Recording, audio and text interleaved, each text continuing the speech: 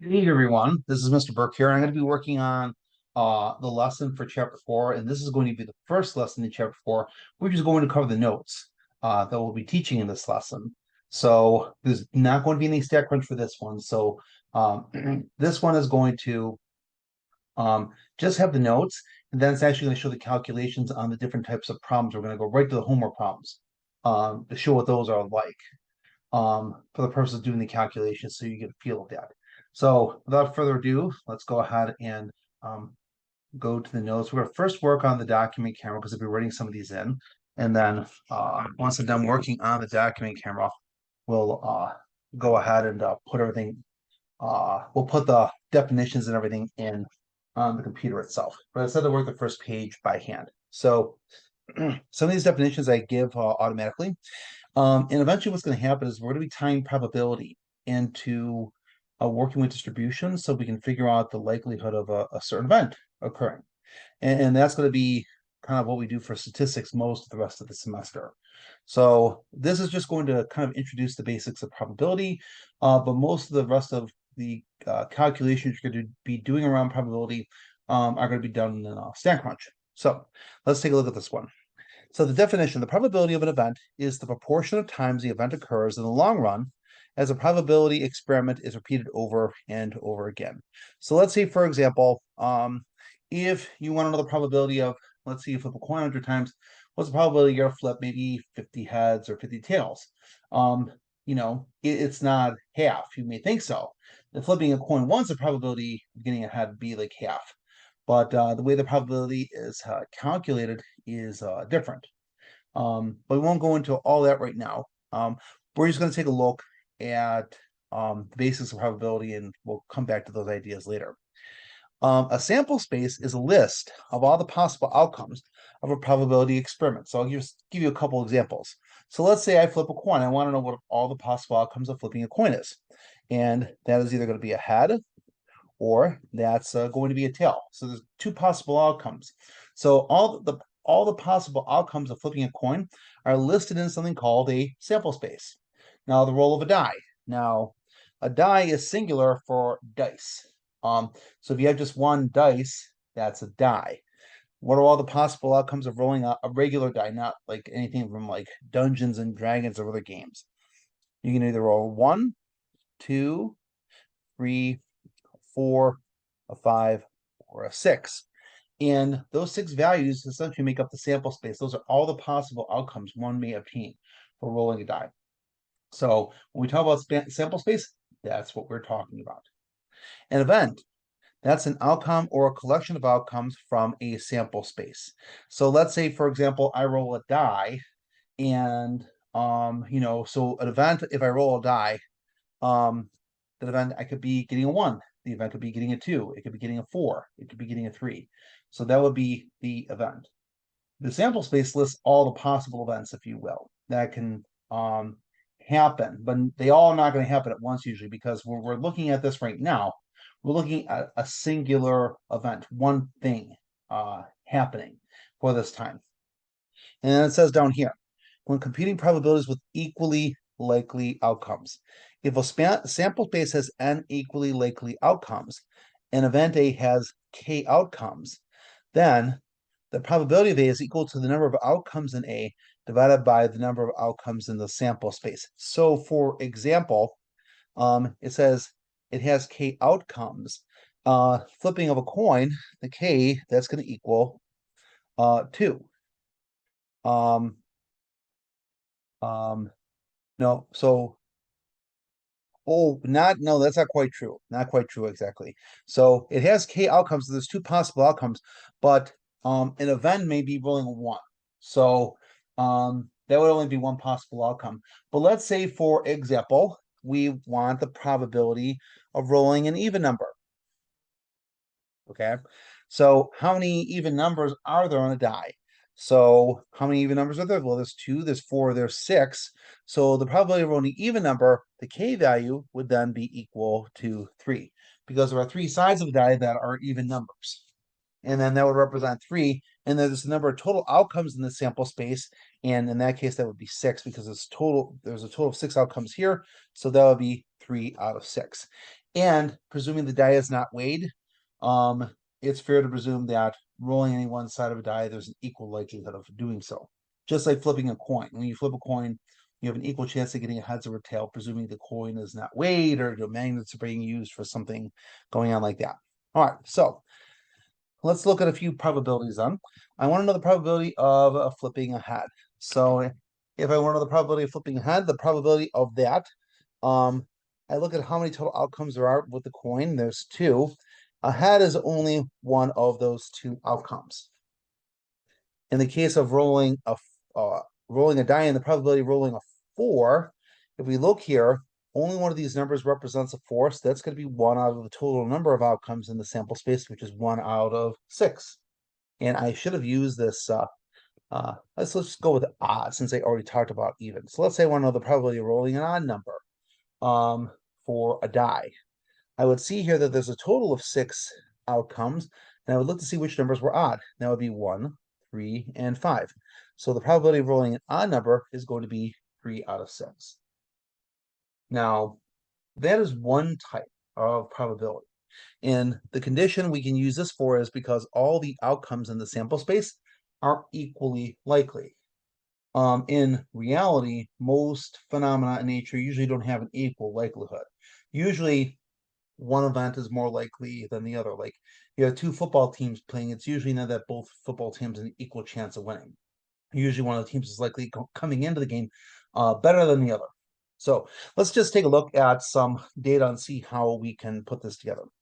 Here it says there are 10,000 families in a certain town.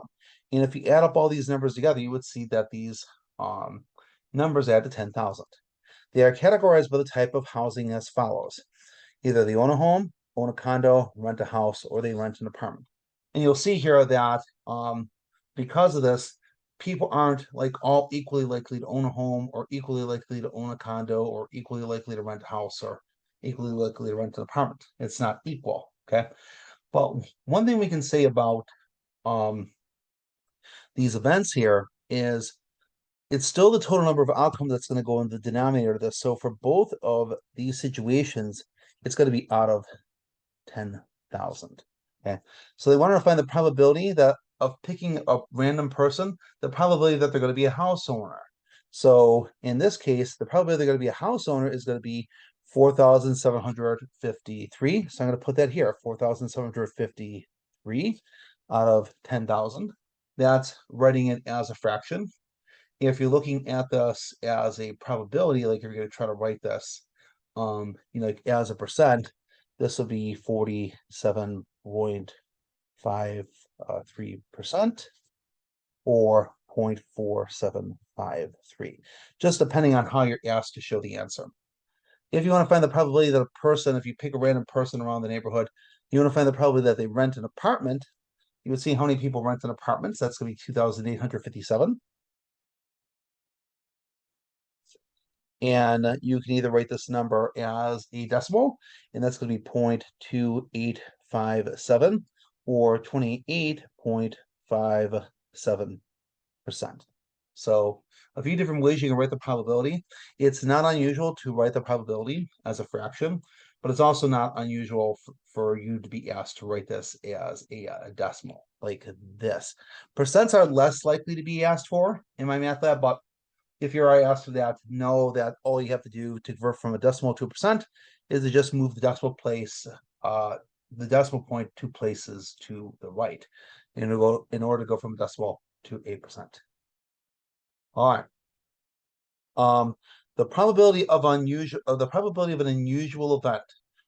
This is, I would say, one of those things you want to star. It's going to be something that comes up more and more frequently through the semester. And I think it's asked for a little bit in chapter 4, but we're going to keep hearing more and more about it throughout the semester. We say that an event is unusual if the probability of that event is less than 0.05 or is less than 5%. So if the probability of an event is less than 5%, we consider the event to be an unusual event that event occurs. So we'll investigate that a little more as we go into this. Now, in terms of the range of probability values. So one thing we can have are probability values that are less than 0. So there's no such thing as a negative probability. There's also no such thing as a probability that's greater than 100%. So we can either express the range of probability values as being between 0. It can be equal to 0. It can also be equal. Actually, let me make that probability of E. Write this again. 0 is less than or equal to the probability of an event. Less than or equal to 1. So it can be between 0 and 1, or we could say it's between 0% to 100%. And probabilities are discussed in different ways. Like, if you look at the forecast, I always like using the probability of rain, which whenever I talk about it, it's a very rare event in California. But I can actually say that the probability of rain where I live tomorrow is about 50%. Huzzah. Or let's just say it's 40%. If the probability of it raining is 40%, the probability it won't rain will be 60%. So and we'll get to complementary probabilities in a minute here. But this is the range of possible values between 0 and 1, or between 0% and 100%. It can't ever be bigger than 1, but it also can't be negative. It can be 0, which means it's not possible to happen, or it can be 1, meaning it's absolutely going to happen. Like today, the chance of rain was given at 100%, and sure enough, it rained. So they said it was definitely going to rain. So what I'd like to do at this point is I'm going to share. I'm going to go away from my document camera now and fill in the remaining definitions using my computer. And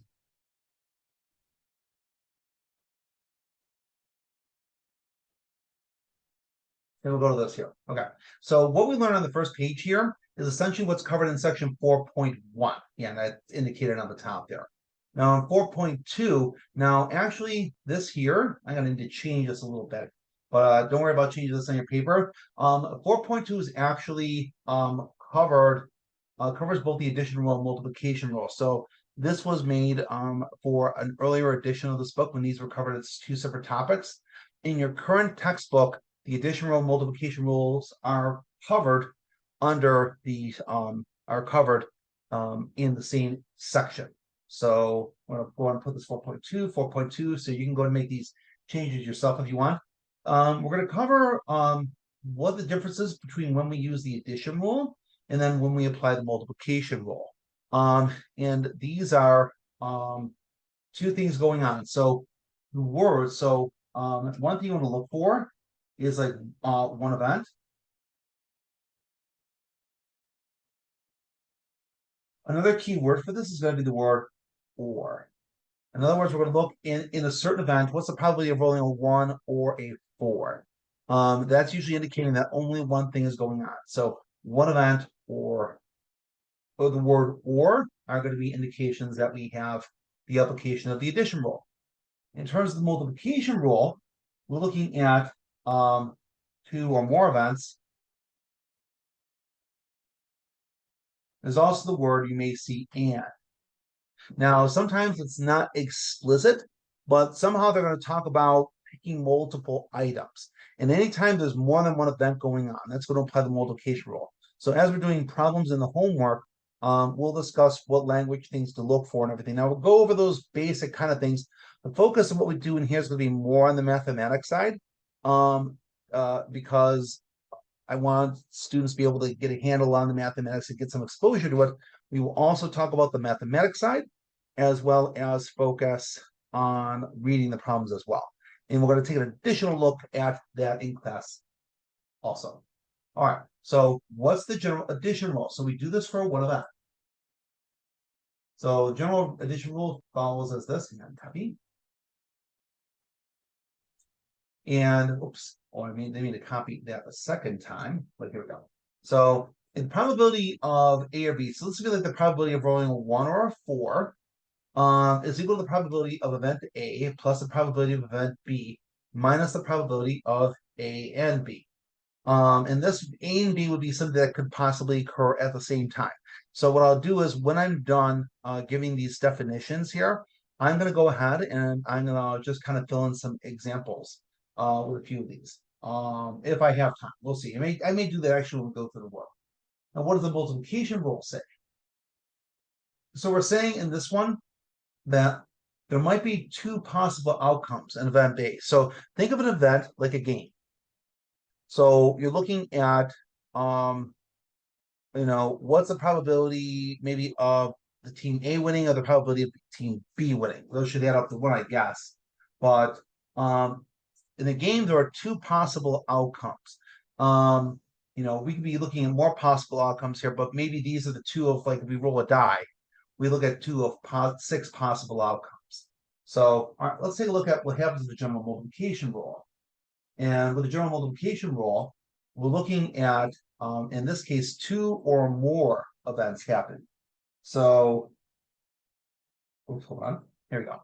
So it asks for the probability of event A and B. So in other words, like, what's the probability of event A occurring? And then after that, what's the probability of event B occurring? So in the first one, we're looking at, two possible outcomes. Here we're looking at the probability of each event in two different situations. So this would be like, what's the probability of the Buffalo Bills who beat the LA Rams last night? Huzzah! What's the probability that they're going to win game A and that they're going to win game B? The probabilities are probably not the same because each team is different. So now we're going to talk about this condition because this one says it's equal to the probability of A times the probability of B given that A happens. And we'll talk about the significance of how what happens in event A might impact what happens in event B. And we'll talk about that in a moment. Let's see here. I see this is moving up, which is causing, yeah, here we go. So I'm going to focus on just completing this column now. When we talk about the application of the addition rule, because we're investigating two possible outcomes to one event, we have to be sure that when we're looking at the probability of each of those events, that they're mutually exclusive from each other. Another word for this, by the way, is called disjoint. So if you look at another video or you see this in the book, and I think they mentioned disjoint, another word for mutually exclusive events are disjoint. And it says applies to two events A and B if they cannot occur at the same time. Sometimes you can have events occur at the same time. We'll get to examples of that. I know that doesn't sound like it makes sense, but sometimes there is some overlap in the outcome of the events. We'll investigate that. So we'll take a look at what that means for events to be mutually exclusive. And they're also going to take a look at complements. And we'll go through the terminology of that. Okay. We have this A naught here. Let's say A is the event that it's going to rain. Then A naught, and this is what I mean by the A naught, is a little line over it. A naught will be the probability it doesn't rain. Now, if we're talking about complements, this is not complements like, say, nice tie, or that's a nice dress. It's not those kind of complements. These are complements. These are two probabilities that have nothing in common. These would be probabilities that are mutually exclusive and nothing else is possible. It will either rain or it will not rain. So the probabilities would have to add up to 1. So we can say that the probability of A plus the probability of not A, that's going to be equal to 1 because there are no other possible outcomes in that case. Well, we can also say the probability it won't rain is equal to 1 minus the probability it will. So if I say that the probability it will rain is 40%, the probability it won't rain is 60%. I know that because it's 1 minus 0.4. So the probability of not A or not raining will be 60%. That's how a complementary probability works. And that is going to be something that we'll be using in other questions going forward too. So in the general addition rule, we're going to talk about one event with two possible outcomes, how that affects probability. We want to see if events A and B, if they occur at the same time. Like we're supposed to have only like one outcome, but it's possible to get like both outcomes for the event. to fit both conditions of these. So we'll see. And that'll be clear once we go through that. And then we're talking about complementary probability. Let's take a look now at the general multiplication rule. Here we're talking about multiple events, like multiple games. And sometimes what happens the first time may affect what happens the second time, as we'll see. So in terms of when we talk about events, we're going to talk about events as being independent. So in the previous one, when we talk about A and B being mutually exclusive because there are two different possible outcomes. In independence, we're talking about two events being independent. Does what happened the first time affect what happened the second time? Okay. And the big difference between whether this is the case or not, if there's going to be replacement or no replacement. So that'll be one of those ideas I'm going to talk about in a little bit here. Because I do want to show an illustration of a few of these things. I'm going to include those illustrations here. I'll probably take away some space down here because I'm not going to illustrate these so much here. I will talk about these a little later. Now, what is conditional this is not going to be conditional probability. This is going to look a little different. But let me make sure I save this as for notes.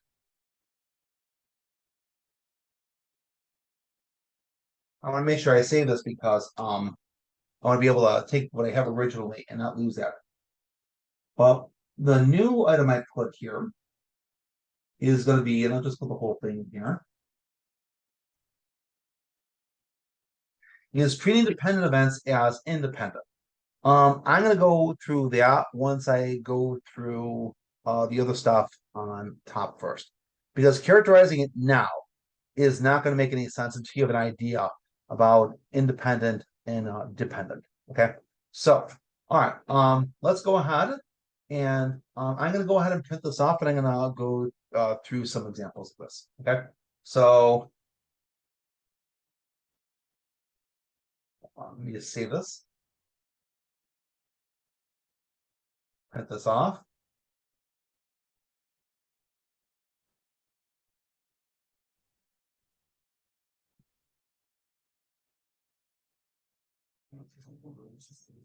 And we're going to go ahead and take a look at the second page.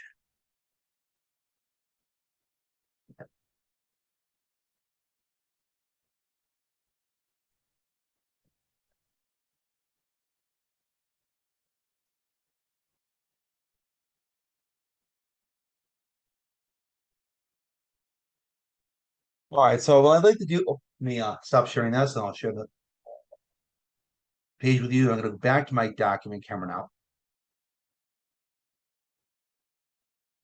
So these are just some examples to kind of illustrate these properties, but we're going to look at these other ways too once we start looking at the homework problems online in my math lab. So first off, the probability of A or B equals the probability of A plus the probability of B minus the probability of A and B. Okay, so let's say P of A and B denotes that A and B occur at the same time. So let's I'll talk about this. So let's say I want the probability of rolling an even number or a prime number.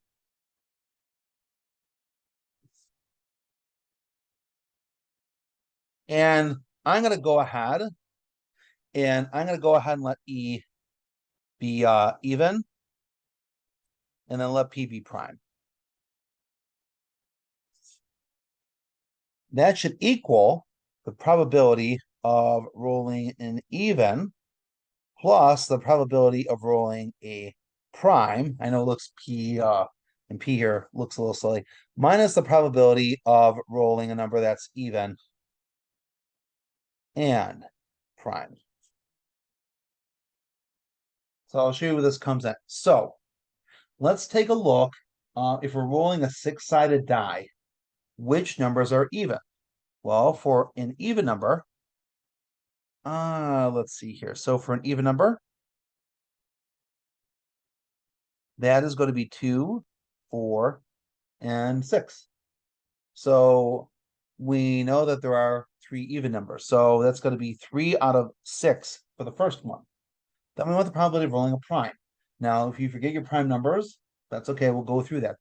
The prime numbers on a die are going to be 2, 3, and 5. So the probability of rolling a prime number is also 3 out of 6.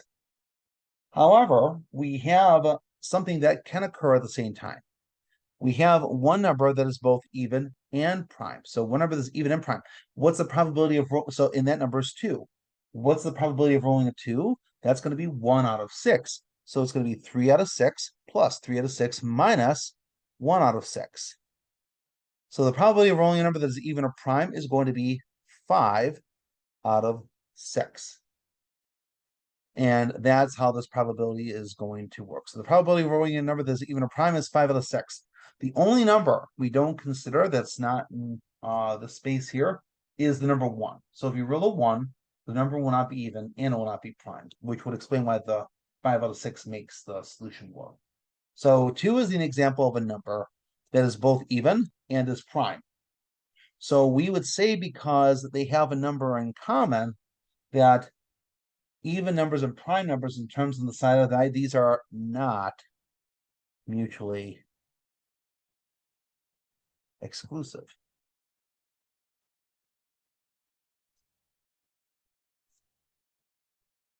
Okay, so because the like outcomes have at least like one event, one possible, or because these events have one possible outcome in common, then we would say that they are not mutually exclusive. Okay, well, that's how that works. So I hope that kind of explains things a little bit.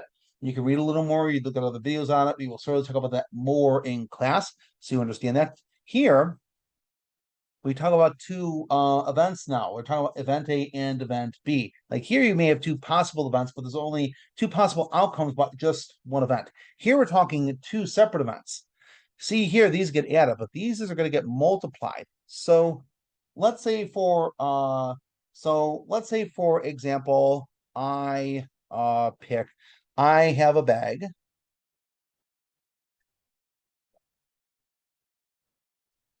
I have a green pen here.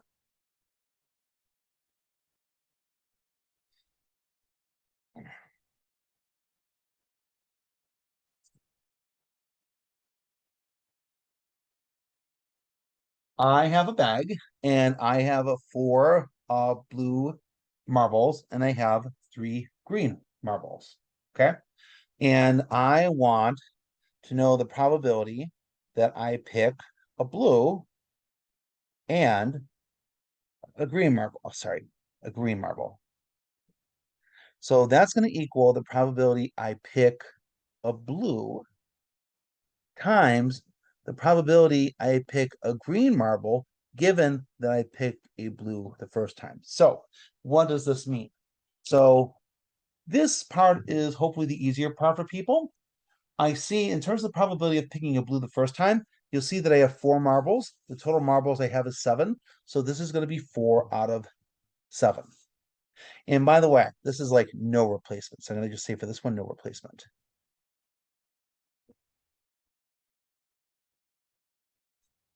Now, the second time, given that I picked a blue marble and didn't replace it, what's the probability I pick a green? So first off, if I, let's say, take a blue marble out and I don't replace it, well, that means at this point, how many marbles do I have left to pick? 6. So given that I picked a blue marble and didn't replace it, that's going to impact the total number of marbles I have to pick from. So what happens in the first event changes this probability. What's the probability I'm going to pick a green? Well, that's going to be 3 now out of 6. So the probability of picking a blue marble and then a green marble will be equal to 4 over 7 times 3 over 6. And if I multiply that together, that's going to give me 12 over 42. And let's see, if I reduce this, I know everything is divisible by, let's see, it's not divisible by 4, it's divisible by 3. So this is going to give me by 3. This would be 4 over 14. If my mental math serves me correctly there. Oh, and this is going to be divisible by 2 even, so this is equal to be 2 over 7. So that's going to be equal to 2 over 7.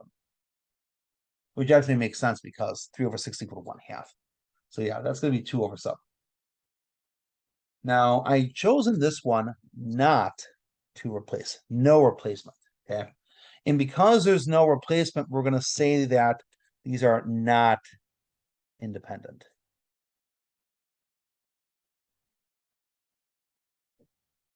Okay, so because there's no replacement, we're going to say that these are not independent.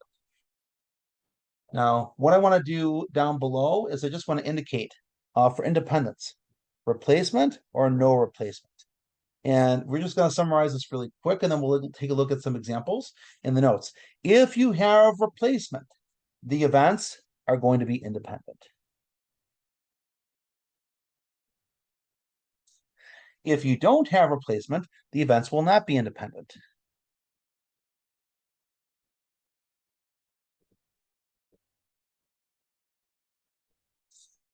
By independent, we mean the probability of the second event will not change. So probability of second event will not change.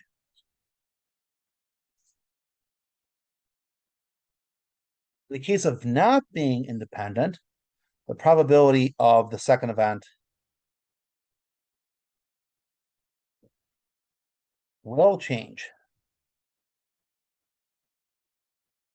And how will it change? Depending on what happens in the first event.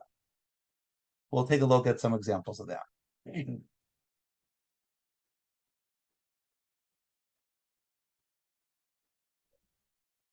And for now, we'll go ahead and that's going to end this part of the video. We will come back to these notes a little later, but this just ends the first video, and the next video is going to showcase some questions that we're going to see in MyMathLab that show how to apply these rules. And we'll also take a look at how to do the calculations as well. Thank you.